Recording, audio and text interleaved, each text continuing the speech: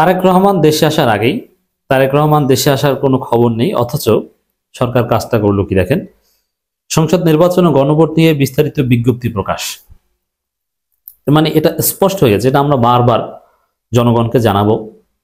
প্রত্যেকটা মুহূর্তের প্রত্যেকটা ঘটনা পরিক্রমার আপডেট বিশ্লেষণ করে জনগণকে জানাবো যে নতুন বাংলাদেশ, 5 আগস্ট বিপ্লব পরবর্তী বাংলাদেশ,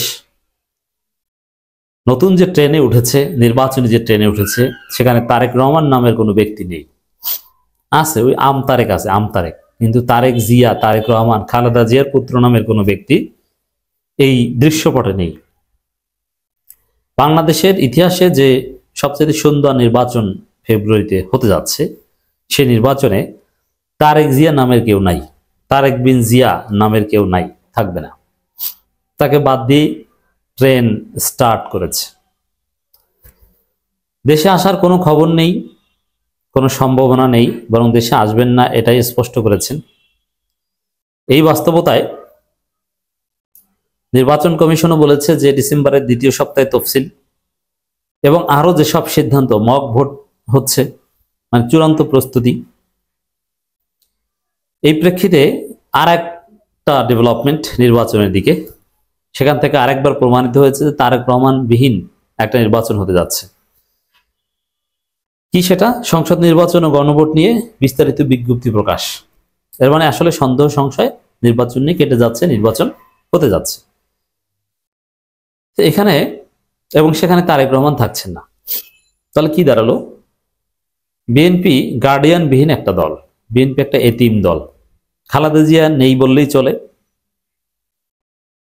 ধরে নিতে পারেন যে খালেদা জিয়া নেই। খালেদা জিয়াকে যদি আল্লাহ রাব্বুল আলামিন আমাদের দোয়ার বদৌলতে, আল্লাহর মেহেরবানিতে বাঁচিয়ে রাখেন, সংসদ নির্বাচনে অংশগ্রহণ করার জন্য যে সাইনটা দেওয়া দরকার, যে টিপসইটা দেওয়া দরকার, এটাও দিতে পারবেন না।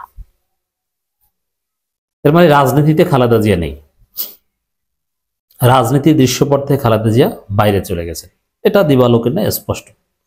তো এই জায়গায় খালেদা জিয়াও নাই, তারেক রহমানও নাই, তাহলে বিএনপি এতিম। 2018 সালে এতিম বিএনপির দায়িত্ব নিয়েছিল বা বিএনপি সাময়িক আব্বা মেনেছিল ডক্টর কামাল হোসেনকে, ভারতের পরামর্শে। এবার ভারত কাকে ধরিয়ে দেয় বিএনপিকে বলা যায় না। ডক্টর কামালের মতো কাউকে আব্বা মানা লাগতে পারে, তবে বিএনপি ওই জুলাই শহীদ পরিবারের স্নিগ্ধ বা এই টাইপের কাউকে আব্বা মানতে পারে, বলা যায় না যে আমরা ক্ষমতা আসলে অমুককে প্রধানমন্ত্রী বানাবো।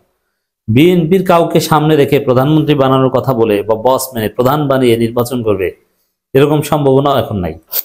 এটা বিএনপির লোকজনই মানবে না। ডক্টর খন্দকার মোশাররফ হোসেনের এই বিষয়ে একটা আগ্রহ আছে, আমরা জানি। এটা বেশ আগেই গণমাধ্যমে এসেছিল যে খন্দকার মোশাররফ স্যার চান যে তিনি দলের ভারপ্রাপ্ত চেয়ারপারসন হতে। এই যে বিএনপির ভারপ্রাপ্ত চেয়ারপারসন তারেক রহমান না, এই জায়গায় ডক্টর খন্দকার মোশাররফ হোসেন তিনি ভারপ্রাপ্ত চেয়ারপারসন হওয়ার আগ্রহ প্রকাশ করেছেন। একটা সময় এই সিচুয়েশন তৈরি হয়েছিল যে ভারপ্রাপ্ত চেয়ারপারসন থেকেও তারেক রহমানকে বাদ দিতে হবে, ভারপ্রাপ্ত চেয়ারপারসন হিসেবে তাকে রাখার সুযোগ নেই। ওই সময় ডক্টর খন্দকার মোশাররফ হোসেন স্যারের নাম উঠে এসেছিল। এখন খন্দকার মোশাররফ হোসেন স্যার যথেষ্ট অসুস্থ বা তার ওইরকম কোন গ্রুপ প্রভাব বিএনপিতে নাই, তাকে সামনে রেখে নির্বাচন করা হলে ওটাও মানবে না। আর আপনি সহজে বুঝেন যে জামাতের মতো সুশৃঙ্খল এবং এত বড় দলের বিরুদ্ধে ডক্টর খন্দকার মোশাররফ হোসেন বা কামাল হোসেন টাইপের কাউকে নেতা মেনে বিজয় অর্জন করা কি সম্ভব? কখনোই না। জামাতের মতো তুমুল জনপ্রিয় একটা দলের বিরুদ্ধে একমাত্র প্রতিদ্বন্দ্বিতা করার যোগ্যতা রাখেন তারেক রহমান, কিন্তু তারেক রহমানকে ছাড়াই বাংলাদেশ নির্বাচনের ট্রেনে উঠে গেছে। সরকার অপেক্ষা করেনি, ইউনূস অপেক্ষা করছে না, নির্বাচন কমিশন অপেক্ষা করছে না, মূল্যায়ন করছে না।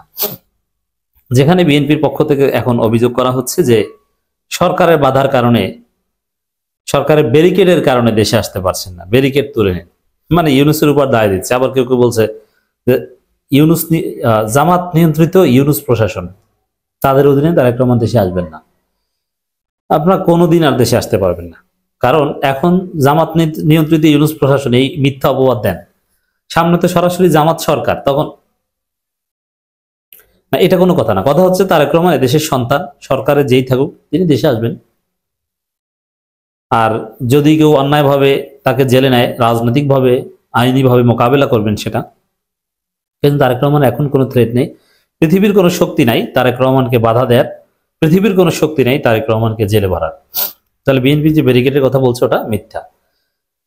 একমাত্র কারণ, আমি আবারও বলছি, তারেক রহমান দেশে আসার সিদ্ধান্ত নিয়েছিলেন, কিন্তু ডাকসু চাকসুর ফলাফল দেখে, বিশেষ করে ডাকসুরটা এবং জাকসুরটা দেখে সিদ্ধান্ত নিয়েছেন যে না, বিএনপি ক্ষমতা আসতে পারবে না, অতএব দেশে যাওয়া যাবে না। জামাত জিতে যাবে, বিএনপি হেরে যাবে, এই ভয় থেকে তারেক রহমান দেশে আসছেন না। দেশে আসলে বিএনপির চাঁদাবাজি নিয়ন্ত্রণ করতে পারবেন না, খুনো করে নিয়ন্ত্রণ করতে পারবেন না, তখন দায়টা সরাসরি তারেক রহমানের উপর যাবে। যদি এখনো তারেক রহমানের উপরেই দেয়, তো তখন তো সরাসরি দায়টা দেওয়া যায়। এখন তো বলতে পারেন যে আমি দেশ থাকলে এটা হতো না। কিন্তু এই পরাজয় এবং এই বাস্তবতার কারণে তিনি দেশে আসতে চাইছেন না। কিন্তু দেশ নির্বাচনের দিকে এগিয়ে যাচ্ছে, তারেক রহমানের জন্য কেউ অপেক্ষা করছে না। ছোট সে তরি আমারই সোনার ধানে গিয়েছে ভরি, নৌকা ভরে গেছে, তারেক রহমানের জন্য কোনো জায়গা নেই। তারেক রহমান উঠতে চাইলে এটা ডুবে যাবে, মানে নির্বাচনে স্থগিত হয়ে যাবে। আর ইউনূস এটা কিছুতেই করবে না। ত্রয়োদশ জাতীয় সংসদ নির্বাচন ও গণভোট একই দিনে সম্পন্ন করার সিদ্ধান্ত আনুষ্ঠানিকভাবে জানিয়েছে নির্বাচন কমিশন। এটা জামাতের মজলিস শুরা এই সিদ্ধান্তের দিনেই পাল্টা প্রস্তাব দিয়েছে যে না, গণভোট আগেই করেন, কিন্তু জামাতেরটা গ্রহণ হচ্ছে না। আর বিএনপিটা দৃশ্যত মনে হচ্ছে যে বিএনপির দাবি পূরণ হয়েছে, কিন্তু বাস্তবে হচ্ছে বিএনপি তো গণভোটেই বিশ্বাস করে না। তো ওই যেটা একই দিনে জাতীয় নির্বাচন গণভোট, ওটা হচ্ছে গণভোট ঠেকানো বা সংস্কার ঠেকানোর একটা কৌশল, কিন্তু তাও পারবে না, গণভোট হবে। এটি হচ্ছে বিএনপির পরাজয়। আলু, পেঁয়াজ, রসুন সংরক্ষণাগারের চাইতে গণভোটের গুরুত্ব কায়েম হয়েছে। সংরক্ষণাগার বাংলাদেশে তৈরি হয়নি, গণভোটের বিধান জারি হয়েছে। এ উপলক্ষে কমিশনের পক্ষ থেকে একটি বিস্তারিত বিজ্ঞপ্তি প্রকাশ করা হয়েছে, যেখানে গণভোটে উপস্থাপিত প্রশ্ন সংশ্লিষ্ট সনদ ও সংস্কার বিষয়গুলো স্পষ্ট উল্লেখ করা হয়েছে। এখন এই প্রশ্নমালার যে ধরন, এটাতে বিএনপি মোটেও একমত না। তাহলে সব জায়গায় তারেক রহমান বিএনপিকে ছাড়াই ট্রেন চলছে। গণভোটে রাজি না, গণভোট হচ্ছে। তারেক রহমান আসছেন না, সবকিছু হচ্ছে। আবার গণভোটের প্রশ্নমালা বিএনপি রাজি না যে এটা কোনো প্রশ্নমালা হলো, ওইটি হচ্ছে। বিএনপির নোট অফ ডিসেন্ট প্রশ্নমালা খ অনুচ্ছেদে উঠিয়ে দেওয়া হয়েছে বেসিক গুলো। ইসি সচিবালয় পরিচালক, জনসংযোগ ও তথ্য প্রদানকারী কর্মকর্তা মোহাম্মদ রুহুল আমিন মল্লিক স্বাক্ষরিত ওই বিজ্ঞপ্তিতে বলা হয়েছে, ভোটারদের সামনে উপস্থাপন করা হবে জুলাই জাতীয় সনদ, সংবিধান সংস্কার বাস্তবায়ন আদেশ 2025 সংক্রান্ত একটি নির্দিষ্ট প্রশ্ন। ভোটাররা হ্যাঁ অথবা না এই দুটি বিকল্পের মধ্যে একটিকে বেছে নেবেন। এখানে বিএনপি না ভোট দিতে বাধ্য হতে পারে বলে মনে হচ্ছে। গণভোটের প্রশ্নে বলা হবে আপনি কি জুলাই জাতীয় সনদ মধ্যে, এটা নিয়ে আলোচনা আগে হয়েছে। আবার সেই প্রশ্নমালাগুলো তুলে দেওয়া হয়েছে, সেখানে এই 100 সদস্য বিশিষ্ট উচ্চকক্ষ এবং সেখানে পিআর, আরো এই সাংবিধানিক সংস্থা সংক্রান্ত নানান বিষয়ে, মানে বিএনপির হৃদয় খান খান হয়ে যাচ্ছে।